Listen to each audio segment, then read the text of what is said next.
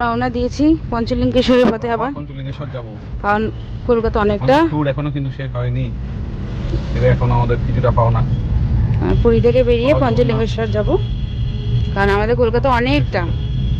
দর্শন দিয়েছে, হ্যাঁ, ভালো দর্শন করেছি আমরা।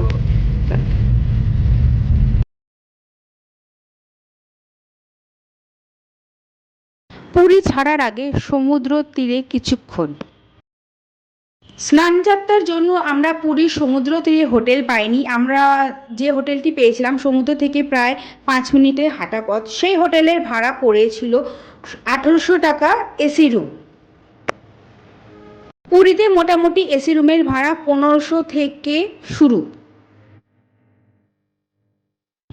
সমুদ্রকে পেছনে ফেলে আমরা এগিয়ে চললাম পঞ্চলিঙ্গেশ্বরের পথে।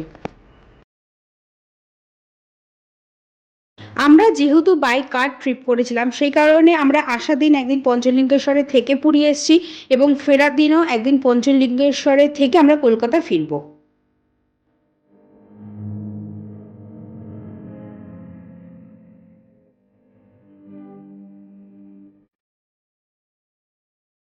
সেম হোটেলেই আমরা ছিলাম, যেহেতু আমাদের প্ল্যান আগে থেকেই ছিল যে আমরা ফেরার দিনও পঞ্চলিঙ্গেশ্বরেই থাকবো, তাই হোটেল আগে থেকেই বুক করে গিয়েছিলাম।